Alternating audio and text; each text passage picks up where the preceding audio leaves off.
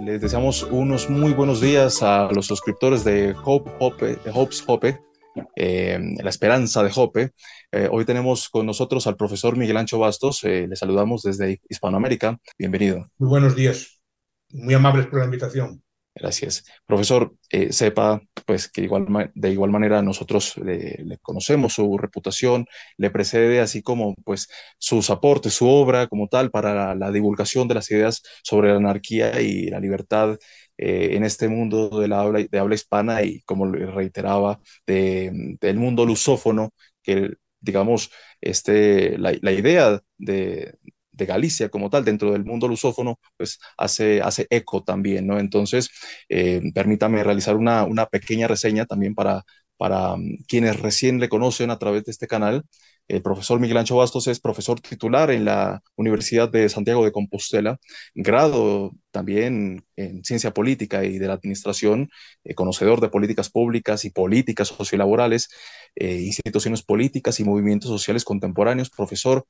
En este momento, pues nosotros hemos planteado unas preguntas para poder realizar el día de hoy para usted, profesor. Aquí mi compañero Jesús quisiera formular la primera. Jesús, Con adelante, por favor. con permiso, un libro sobre anarcocapitalismo, que definición sería cuáles son las principales preocupaciones relacionadas con la inestabilidad en un sistema minarquista, que es lo que muchos desean actualmente, pues. No Sí. nosotros anarcocapitalistas, pero A ver, primero, yo normalmente de política de otros países no acostumbro opinar, porque me faltan claves y normalmente mi experiencia demuestra que me equivoco muchas veces y que no acierto, ¿no? Entonces normalmente no me meto en política de realidades que no conozco bien, que claro, pues, simpatizaba con la causa de Milei, pero sí, pero no, o simpatizo, pero digamos, no tengo claves para entender lo que pasó, ni sé lo que pasó, ni sé cómo es el voto. Lo otro es la cuestión del minarquismo. El minarquismo porque es inestable. Porque el minarquismo, a ver, por ejemplo, primero porque no define al Estado, el Estado mínimo, en términos de funciones, no en términos de tamaño. A ver si me explico. Dice, pues la seguridad o la justicia o el orden, dependiendo del grado, depende de la extensión que tenga el Estado, pero sobre todo la seguridad, pues debería estar a cargo del Estado y el resto dejarlo a los mercados, ¿no? Hasta ahí estamos de acuerdo. Además, ellos piensan que el Estado es inevitable, etcétera. Es una tesis de Nozick y de otros autores, ¿no? Pero la cuestión es, ¿seguridad hasta cuándo? A ver, la escuela de Copenhague, Barry Buzan, Oli Weber y otros, usan el concepto de securitización. Tal como lo interpreto yo, no sé si lo interpreto bien, pero tal como lo interpreto yo, la idea es que cualquier política pública puede ser definida en términos de seguridad. Es decir, las ayudas sociales pueden definirse en términos de seguridad social, esto es, en términos de garantizar la estabilidad social, que no haya conflicto en la sociedad. Las políticas agrarias en términos de seguridad alimentaria, por ejemplo. Las políticas sanitarias en nombres de conservar la sanidad o la seguridad de la salud de la población. Es decir, ¿dónde está el límite? ¿Dónde está el límite en lo que se puede ser definido como seguridad o no?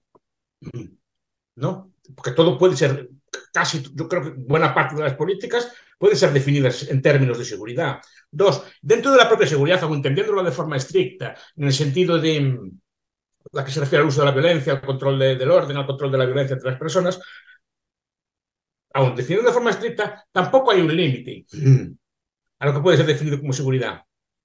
Quiero decir, seguridad puede ser desde el Garrison State, desde el Estado cuartel, que es un Estado que todo es seguridad y subordina todo, toda la actuación de los humanos a la seguridad, entonces toda la población está regimentada, tiene que seguir unas pautas de conducta, todo en nombre de la seguridad.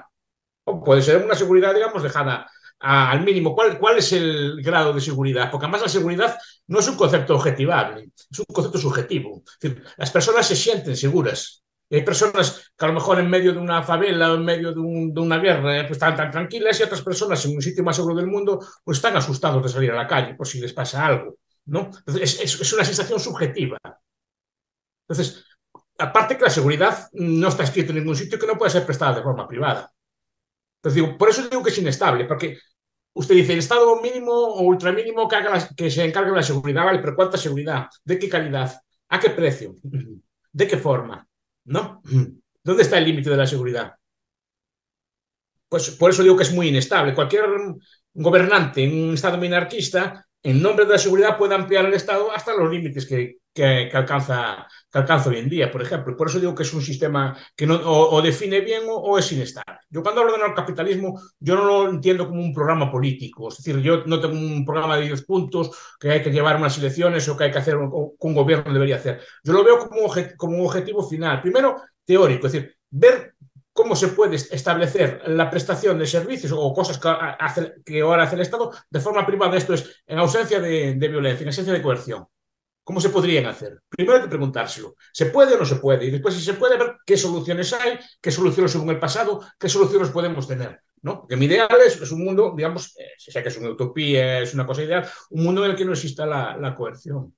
Sí, sí se puede hacer, claro, pues para eso estamos debatiendo, estamos en los inicios. ¿Te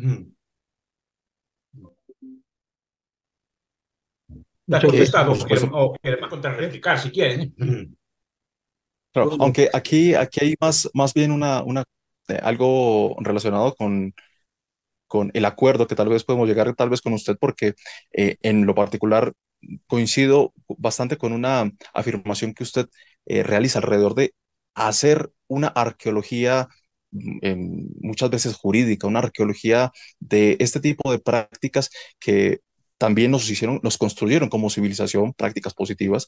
Entonces, genero más un acuerdo que más que una réplica, ¿no? Por supuesto, en este tipo de afirmaciones, porque, por supuesto, además que tenemos unas necesidades totalmente diferenciadas dependiendo específicamente de las zonas, ¿no? Entonces, es en ese desarrollo, profesor, que me permite adentrarme un poco sobre este énfasis que hacía acerca del mundo lusófono, particularmente en relación a su intervención relacionada con NOS Televisión, en la cual para la Facultad de Ciencias Políticas de la Universidad de Santiago de Compostela hizo una,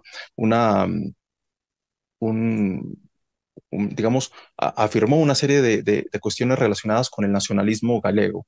Sí. En ese propósito, esto es más conocido tal vez para el mundo lusófono que para el mundo hispano, y lo cual me permite adentrarme a la siguiente pregunta, y es, ¿podría explicar usted cómo se desarrolla desde pues, el paleolibertarismo y esta relación, cómo se desarrolla el paleolibertarismo y su relación con la nación, con la idea de nación? Porque permítame formular antes de esto un contexto, ¿no? Es decir, eh, yo por lo menos contemplo que hay una diferencia entre lo que es la idea de nación y lo que es el nacionalismo puntualmente dicho, ¿no? Y la forma en la que esto inspira a las personas. Entonces, esto, insisto, esto tal vez no es muy conocido por el mundo hispanohablante, tal vez un poco más por el mundo lusófono, alrededor de lo que es lo que expresó allí en esta idea del nacionalismo gallego. Pero entonces me gustaría saber de pronto qué idea le surge alrededor de Y lo yo, que a es ver, la idea de nación. es que la idea de nación, primero, que es un concepto de las ciencias sociales. Lo entiendo como una especie de comunidad de sentimientos, una serie de prácticas comunes o un sentimiento de pertenencia. Normalmente en el mundo liberal clásico, así popperiano, así, la nación no se ve bien, se ve como una vuelta a la tribu, se ve como una vuelta al instinto. Yo, en cambio, lo veo más al estilo de Rothbard o al estilo de un libro que salió hace poco, ese de Joran Mazzoni, que se llama La virtud del nacionalismo, ¿no? Que ven al nacionalismo incluso como un freno. Es decir, si un Estado hay varias naciones, hay varias comunidades lingüísticas o varias comunidades culturales, el poder del Estado es menor. Porque hay frenos de sentimiento de identidad que dice que esta política que nos viene de arriba, nosotros no la aceptamos porque no nos gusta o por lo que sea, ¿no? Y eso frena el poder del Estado. En esa clave lo veo yo. Y hice un paper hace poco en un libro de homenaje al profesor Walter de Soto que va en esa línea, ¿no? Que va a ser traducido dentro de poco. Pero la idea es esa. Normalmente los estados, si leen a Scott, por ejemplo, en carácter traducido, lo que ve el Estado, Es un libro precioso, yo se lo recomiendo a todos. Es un libro de un anarquista, es un anarquista, no es capitalista, pero es un anarquista, es un autor muy interesante. Yo lo recomiendo bajo todos los conceptos. En lo que ve el Estado dice que el Estado necesita leer a la población. Entonces necesita, por ejemplo, uniformizar el idioma, porque así puede, digamos, hacer que sus leyes, sus normas, etcétera, sean entendidas y comprendidas en todo el país. Y así de esa forma domina. Si existen resistencias lingüísticas, resistencias comunitarias, el poder del Estado se frena. Se frena mucho porque no puede leerlo. ¿No? Es la misma lógica que, por ejemplo, que uniformiza los pesos y las medidas, ¿no? O que uniformiza incluso la estructura de los nombres que tenemos, ¿no? Es un libro muy interesante. Entonces, todos tenemos la estructura de nombres, si se fijan. Un nombre o dos, y en España dos apellidos, no sé en Colombia cuántos tienen. Nosotros tenemos dos. Es decir, en Claro. toda Colombia la estructura es la misma. Y en España la estructura es la misma, y necesita, igual que las direcciones de las calles, etc. Como intenta leer el Estado, establece censos, registros, todo tipo de cosas para poder tener acceso a información. Si usted le plantea frenos, en el sentido de frenos culturales, frenos lingüísticos, frenos de costumbres, el poder del Estado se frena, el poder uniformizador del Estado se frena, la centralización se frena. Y ese es el aspecto que tiene. Obviamente, si identifica el nacionalismo con estatismo, sí que no estoy de acuerdo, ¿no? La idea de crear un Estado muy fuerte, pero la idea de que un Estado, una comunidad política, existan varias naciones o existan varias comunidades distintas, a mí me parece muy positivo. Incluso desde nuestro punto de vista. No desde el punto de vista capitalista, sino de frenar el, el Estado. Porque al anarcocapitalismo se puede llegar de dos formas, bien a través de un cambio de ideas y crear un anarcocapitalista, bien a través de la secesión, de crear comunidades más libres, ¿no? Por supuesto, ¿no? De forma libre, claro, por eso, pero de momento que puede ya frenar también el poder del Estado. Imaginen en Venezuela, por ejemplo, que el estado de Miranda se pudiera marchar. ¿Usted cree que las políticas de Maduro serían las mismas? Pudiera ¿Algún marcharse. comentario de pronto? ¿Algún comentario, amigo Jesús? Totalmente de acuerdo con el profesor. Eso es una realidad categórica. Sí. Profesor, No, y por miedo a que se marche ya moderaría las políticas. Y quedarían, digamos, los estados, las zonas más de acuerdo están con Maduro, las que no están de acuerdo, con Maduro o con cualquier otro. Yo repito que yo no me meto en la política de otros países, ¿no? Pero eso es un freno, no es un freno. Por totalmente. supuesto. Sí, sí, Lo mismo en finalmente Colombia. En Colombia seguro que no toda Colombia, hay muchos colombianos que apoyan a Petro, pero otros colombianos que no apoyan a Petro, ¿no? Y seguramente hay zonas de Colombia o regiones o zonas o lo que sea de Colombia que no apoyan a Petro y otras que sí. Las que no apoyan a Petro, si pudieran marcharse, Petro podría hacer lo mismo. por supuesto, sí, finalmente esta precisión que elegí para, eh, digamos, conversar acerca del Estado y de la Nación, también me permitió analizarlo desde este contexto colombiano, ¿no? Es decir, eh, digamos que mi contexto fronterizo particularmente me ha permitido vivenciar lo que es la frontera venezolana y la frontera colombiana con el Ecuador, particularmente, y particularmente, reitero, en el Ecuador se vivió una fidelidad a la corona española en su momento, ¿no? Entonces, esto ha forjado de igual manera la idea de nación y la idea de digamos, de oposición a las dinámicas que buscaban regir desde el centro hacia las periferias. Entonces, es bajo esta lógica que, pues, en últimas, también encontramos un montón de naciones alrededor de lo que es un mismo territorio que se juzga como homogéneo finalmente, ¿no? Entonces, que inevitablemente esta parte del territorio fronterizo desarrolló un proceso bastante similar que yo considero al proceso que, digamos, pasó con los gallegos, ¿no? Es decir, la historia y lo que resalto también de su trabajo de divulgación y eh, digamos, de análisis, sobre todo en relación al contexto gallego, me parece bastante interesante porque se asemeja bastante a lo que se vivió, por lo menos al sur del país y en esta Sí, frontera porque con el Ecuador. todo Estado intenta homogeneizar. Claro, Entonces, en España se hizo desde Castilla. Entonces se puso más o menos el idioma español para todas partes, se dividió el territorio en provincias, etcétera. Se establecieron unas normas comunes para todo el Estado español. Claro, y Y los nacionalismos en ese aspecto frenan el poder del Estado. Por eso a los estatistas no les gusta acá ese tipo de... Y a los liberales tampoco. Los liberales en España, por lo menos, siempre fueron los más jacobinos, siempre fueron los más centralistas. Fueron los que inventaron el Estado en España. Sé que a nosotros se nos llama liberales, así de forma general, pero claro, el liberalismo estricto hispano, sobre todo el liberalismo político, no el liberalismo económico, en España fue el que creó el Estado español y que lo centralizó y que creó toda, que desamortizó, quitó las tierras a la iglesia, etcétera, hizo un montón de cosas, y con una constitución copiada de la Revolución Francesa. Jesús, Bueno, bueno, le agradezco, profesor, profesor. Si quieres, Jesús, de pronto avanza con la siguiente pregunta, por favor. Sí, sí, profesor, tengo sí, una diga. pregunta peculiar que va enramada con lo que usted acaba de decir sobre el anarcocapitalismo. Y es sobre su nivel de desarrollo, si se diera el caso, que usted también lo explica en su libro, en cierta manera, cómo desarrollaría en ciencias, en su mantenimiento, ya que eso no vendría a ser un país, sino que vendría a ser ciertas áreas secesionadas con sistemas de gobierno, como el experimento de Pensilvania o algún tipo de desarrollo que podría mantenerse. ¿Cómo se podría mantener el anarcocapitalismo con el tiempo, no como dijo Rothbard, por un periodo simplemente en su momento? Hay un cambio. Una pregunta o dos. Pregunto por la ciencia también. Sí, sí, ¿cómo se mantendría el avance científico dentro del Por anarcocapitalismo? eso digo que hay que hacer arqueología. ¿Cómo se mantenía antes?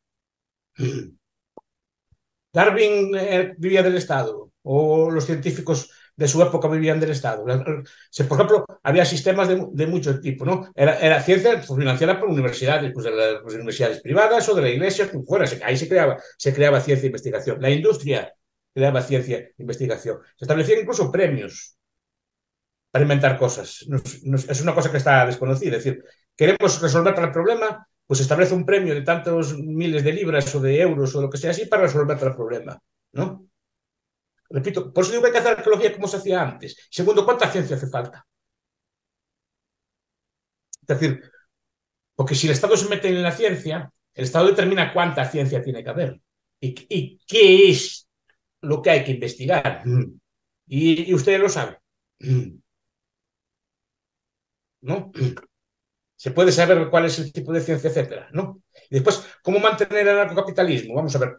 Hay un cambio con respecto a cuando también volviendo a Scott en sus libros dice, claro, las primeras personas que caían bajo el Estado no sabían lo que les venía encima, no eran conscientes, o muchas de ellas no eran conscientes de lo que les venía encima. Otras sí, y escaparon, y buscaron zonas de estatalidad durante mucho tiempo.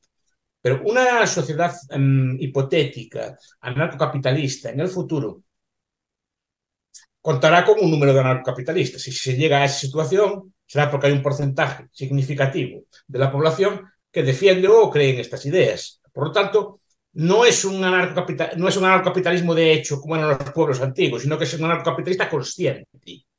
Entonces, si usted está en una de ese estilo, estará vigilante, estará atento y será consciente de lo que le viene encima y tomará medidas para precaverse de esto. No es lo mismo que en el pasado, sino que se sabe lo que viene y esta vez se establecen unas normas para evitar todo eso.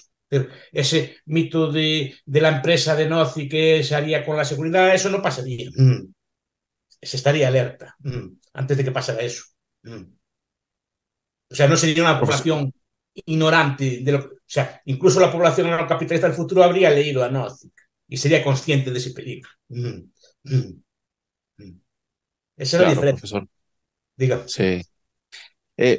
Profesor, justamente hace un momento estaba mencionando esta, bueno, en últimas, necesidad del Estado por regular incluso esta cuestión de los nombres, ¿no? Sucedió en su contexto, en el contexto ibérico particularmente, la regulación, y esto permeó enteramente a América Latina y la forma en la cual empezó a surgir estas formas de denominación. Esto guarda una relación intrínseca con la familia, con la identidad y demás, ¿no? Sin embargo, la siguiente pregunta guarda una relación estrecha con lo que he planteado, porque es el papel de la familia. Entonces, la pregunta es la siguiente, ¿cuál es el papel de la familia en una sociedad anarcocapitalista? Y pues Pero una pregunta yo creo complementaria a que esto es, sí, claro. ¿cómo se promovería su importancia finalmente con esto? Porque guarda mucha relación con esto de la identidad también, ¿no? De entrada yo no la atacaría.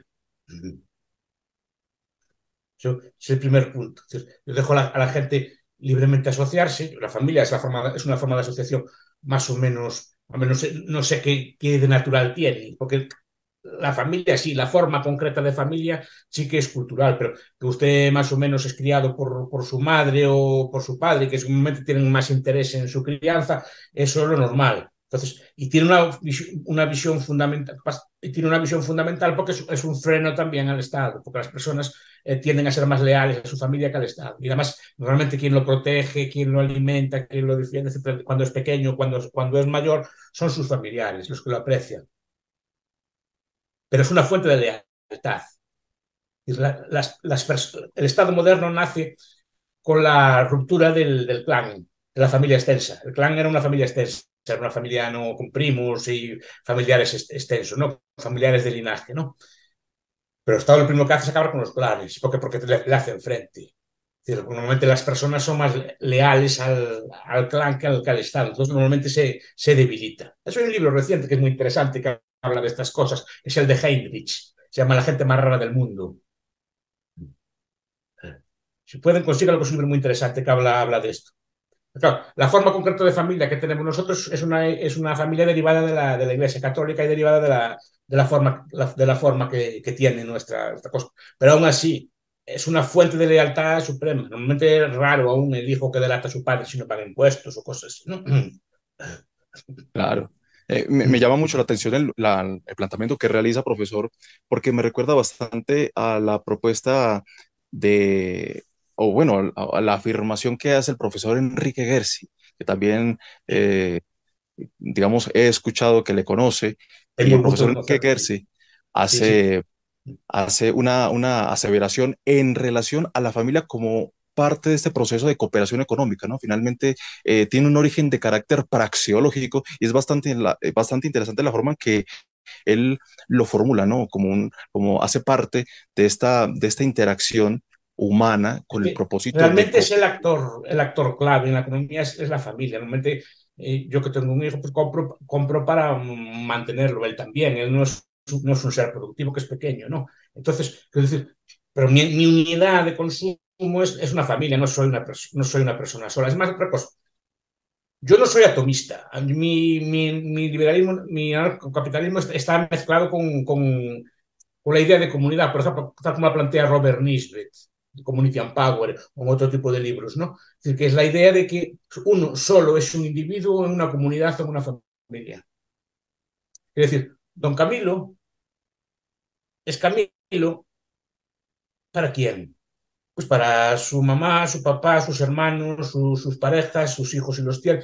Para ellos es Camilo. ¿Y qué saben de Camilo? Pues saben qué le gusta de comer, saben qué le gusta vestir, saben cómo, ¿no? cómo le gusta comportarse, etcétera, ¿no? Cuáles son sus modales, que si tiene buen carácter o mal carácter, lo conocen cuando está enfadado o cuando está contento, pero ellos lo conocen. Para ellos usted sí que es un individuo. Para el Estado usted es un número indiferenciado de cualquier otro, pero su verdadera individualidad solo es percibida por su comunidad, por los que lo conocen, lo tratan y por su familia. Ahí es un individuo usted. Yo cuando voy a casa de mi mamá, pues mi mamá sabe cómo me gustan las patatas, por ejemplo, ¿no? Claro, Sabe cómo me gustan. Pero es que el Estado eso no puede saberlo. Es decir, pero para mi mamá yo soy un individuo. Y sabe que a mi hermano, en cambio, no le gustan las patatas así. Es decir, pero en no efecto. solo las patatas, cualquier cosa. Es decir, desde la forma que tengo de vestir, de peinarme, de hablar, no el humor que tengo, lo que sea, todo eso solo es percibido por quien me conoce, por quien me trata, y solo para ellos soy un individuo. Para un ente abstracto yo soy un número más, a cobrar impuestos, a ser regulado, etcétera. No tengo individualidad, soy un nombre y un número, Claro. ¿no? Por En ejemplo, nuestro, diga, diga. en nuestro caso, el café colombiano Sí, por es ejemplo, parte. pues a usted le gusta el café colombiano, y a lo mejor al señor Mujica le gusta el café venezolano o le gusta el café bueno, es decir, ¿no? Que es un café excelente, por cierto, colombiano. No es eso. Es decir, Claro. pero a lo mejor usted lo toma con leche o lo toma solo o lo toma con crema, ¿no? O como en Galicia que le echan un poquito de aguardiente. Acá le llamamos a este el café arriero, Arriero. particularmente. sí. arriero. Entonces, pero claro, de hecho este tipo de fenómenos, digamos que es bastante asertivo el ejemplo porque es muy particular la receta de cada familia, ¿no? En la India, este tipo de fenómenos se dan con el Sí, masala. La receta de masala es particular para cada familia. Entonces sí. son cosas que se escapan a la potestad en últimas del Claro, Estado, no, ¿no? Y el Estado, pero ahí es donde se ve cuando es usted un individuo, pero rodeado de los suyos, o de quién lo conoce, quién lo trata. Para un ente abstracto, y cuanto más grande sea ese ente abstracto, usted es un número y un nombre. correcto. Pues se ve en las grandes guerras, hombre, como la gente iba como... Ahora, por casualidad, estuve leyendo sobre la Primera Guerra Mundial, ¿no? Cómo reclutaban a millones de personas y los mataban, mandaban a morir delante de ametralladoras. Por miles en una mañana. Y no Ujú, importaba, eran números, números con una cosa al lado, ¿no? El general los mandaba a matar por un dibujo en un mapa, ¿no? ujú. Entonces, el flanco que vaya por allí, el otro que vaya por allá, y ese tipo de... Y morían miles y miles de personas pobres, y no, muertos por gente que no le había hecho nada, que no conocían de nada, que nunca habían tenido una pelea, y muertos de forma muy cruel, además. La muerte bélica es bastante cruel. Por gases, por fuego, ¿no? Por metralla, que es una cosa así. Pero claro, Violencia. por violencia, pero esa cosa no se ve muchas veces. Pero para ese general que mandó a morir 50.000 personas en una mañana, Ujú. ¿no? Sí, No era nadie, eran números que había allí. Pero cada uno de ellos es una vida concreta, cada uno de ellos es una individualidad, cada uno de ellos tenía sus peculiaridades. Nadie se preocupó de ellos, simplemente medían las bajas en números. ujú, Y eso es lo que no me gusta a mí, por eso digo que me gustaría que no hubiera un mundo así. claro. Hay una pregunta que le vamos a hacer que es como, que está como fuera, pues, supongo yo que de muchas conversaciones, porque tiene que ver con la teología fundamental del marxismo. O sea, el marxismo es fundamentalmente una religión, entendiendo las religiones como, como una propuesta conceptual fundamental de la interacción entre la realidad y la naturaleza humana, Sí, ¿cierto? Entonces, en esta comprensión de lo que es la realidad, la naturaleza humana y generar una teoría conceptual fundamental, el marxismo no pudiera aparecer de ninguna manera como una teoría ni política ni económica. Está pretendiendo explicarlo todo y como sí, pretende explicarlo todo tiene un alcance absoluto. sí. Entonces, si comprendemos la, el relato de Caín y Abel, ¿cierto? Como un relato que tiene que ver con la interpretación de hacer el sacrificio correcto, ¿cierto? Sí. Está Caín haciendo cierto tipo de sacrificio y no complace a Dios. Y está Abel haciendo sus sacrificios y esos complacen, ¿cierto? Entonces lo pudiéramos entender como una especie de interpretación de mercado también, ¿verdad? Yo estoy generando un pan que no complace, ¿sí? Que nadie celebra. Sí. Entonces, desde esta perspectiva, la pregunta es si le parece a usted como congruente entender el marxismo como la religión de Caín cuando entendemos que uno de sus axiomas centrales, ¿cierto? Es la teoría del valor trabajo, en donde esa interpretación de esa teoría es que todo trabajo, es decir, todo sacrificio, debe ser entendido de la misma manera, con el mismo valor. El marxismo es una religión política, eso ya lo estudió muy bien Eric Weigel en Sí, Eric Voegelin, sí, sí, en la nueva ciencia de la política, y creo que tiene un libro que se llama Las religiones políticas también, explicando este concepto. Y el ujú. éxito del marxismo es una religión, pero no es una religión trascendente, es una religión inmanente. Es Es una una religión. religión al revés, es una antirreligión, yo creo. Sí, pero es que el premio, el castigo, el escatón está en la tierra. Sí, es el hombre. Y es o sea, la teleología escatológica, desde la interpretación, siempre va a ser el hombre a través del tiempo, ¿cierto?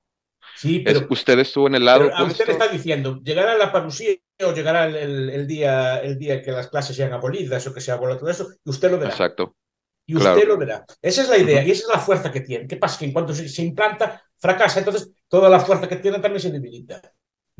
claro, Ahí las religiones trascendentes son más inteligentes claro.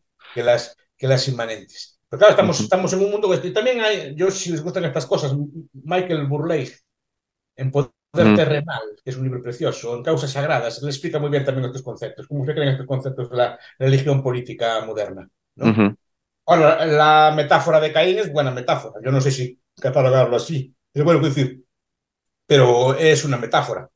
ujú, Pero que tiene un componente religioso sí que es evidente, ¿no? claro, Y de ahí su capacidad de movilización. Y claro. su capacidad explicativa, porque también le impone una forma de vida. No es solo es que le explica los fenómenos económicos, sino también dice cómo vivir, cómo actuar, interpreta la literatura, interpreta el arte, interpreta la religión, todos sus comportamientos los interpretan en términos de clase. Lysenko intentó hacer una ciencia biológica marxista, es decir, intenta permearlo todo. Sí. Claro, pues incluso ahorita que mencionaba este tema de lo de la ciencia en la ausencia del Estado, literalmente lo que estábamos era pues escuchando la propuesta del lisencoísmo, ¿cierto? O sea, toda la ciencia tiene que atravesar, o sea, tiene que cruzar los soviets para poder ser verdadera ciencia.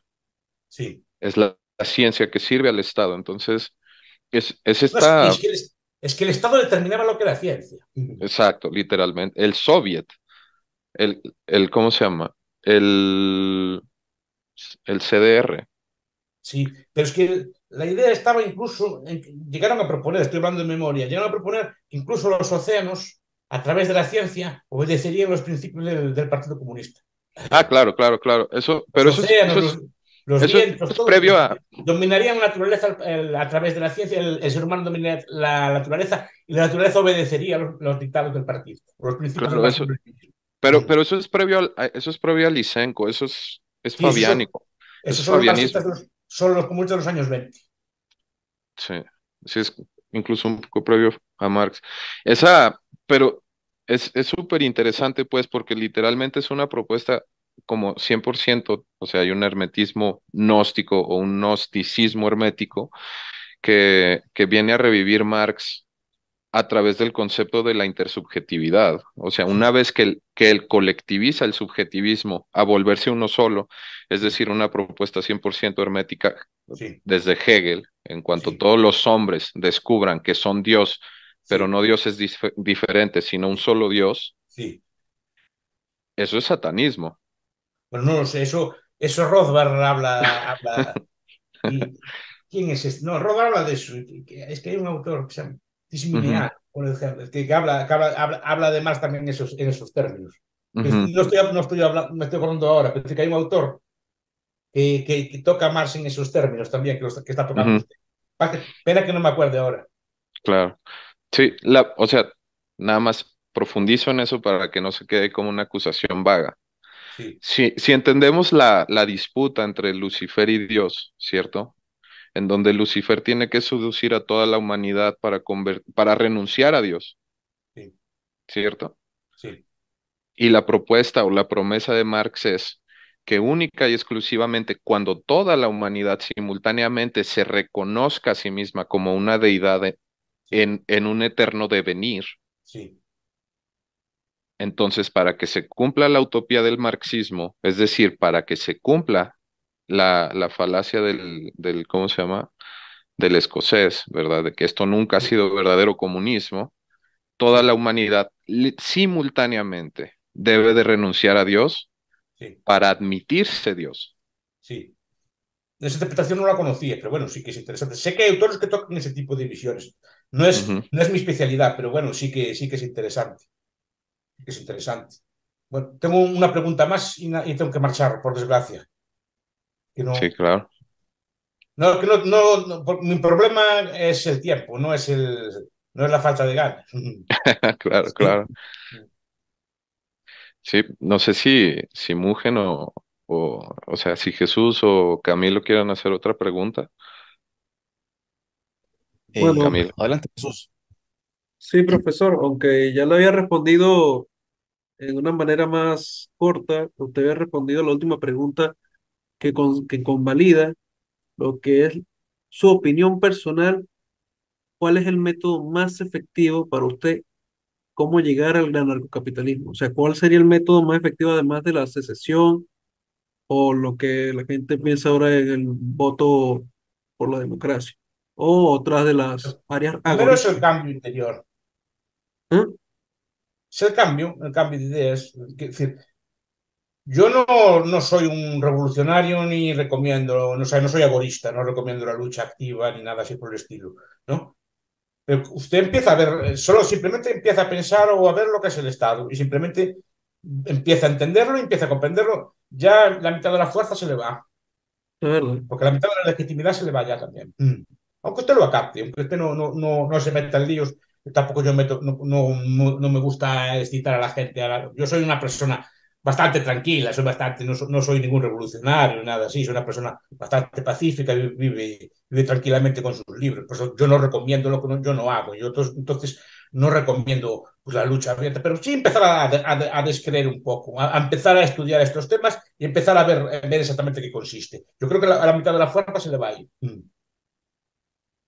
Eso es así, pues. Entonces ya no podrá decir que todo lo hace por nuestro bien, que todo lo que hace está bien, sino que tendrá que empezar a justificar lo que hace y simplemente encontrar resistencia activa o pasiva de la población a muchas de las medidas que toma. Entonces, yo creo que eso. Después también las instituciones, por ejemplo, la existencia de pluralidades de estados, eso también frena el poder del Estado, ¿no? Y después todas estas ideas, el buscar comunidades o cosas por el estilo que funcionen y después todas las tecnologías que puedan ofrecer los mercados, ¿no? Que pueden ser mecanismos de libertad. Por ejemplo, el blockchain y todo el Bitcoin, independientemente de la opinión que tenga, es una medida que nace de esto, de crear una moneda que no esté controlada por el Estado. De todos los desarrollos que se hacen a partir de eso son creados en esa filosofía. Entonces, son varios flancos. Uno, y dejar de creer, o sea, de ser un poco ateos del Estado, digamos. Sí. Y después empezar a ver qué mecanismos hay y qué instituciones pueden favorecer esto. Yo creo que, por ejemplo, los estados pequeños son más próximos que los grandes, etcétera. Es más fácil este tipo de medidas en países tipo Andorra o tipo Liechtenstein que, por ejemplo, en China, ¿no? O en la India, que son estados mucho más grandes. Es más fácil de ver que al final todo lo que hace el Estado lo hacemos nosotros, no tienen ningún tipo de poder mágico. Y esta es la idea. Muchas gracias, profesor. Bueno, profesor, Bueno, esto se va a cortar. profesor, Bueno, pues muchas gracias a ustedes y espero que les haya quedado bien. Y profesor, le felicitaciones por su premio. manifestamos, Pues muchas por gracias y supuesto. hasta la próxima entonces. Profesor, le manifestamos nuevamente nuestro agradecimiento de parte de la comunidad de Hope y pues reiteramos que nos honra contar con su presencia. Esperamos de igual manera continuar con alguna otra Y ahora espero que disertación ustedes algún otro continúen. día. Los que tienen que continuar son ustedes, que son jóvenes. Yo ya voy viejo. Son los que tienen que hacer el trabajo en el futuro. Hay que estudiar mucho, mucho. A predicar, a predicar en el desierto, Por como eso. le Sí, decía. sí, sí, a predicar en el desierto como Jeremías, pero a estudiar. Claro, también. ¿Vale? Profesor, muchas Hasta gracias. luego, gracias a ustedes. Nos despedimos con la misma curiosidad con la que llegamos. Venga, pues eso es bueno. Hasta la próxima. Chao.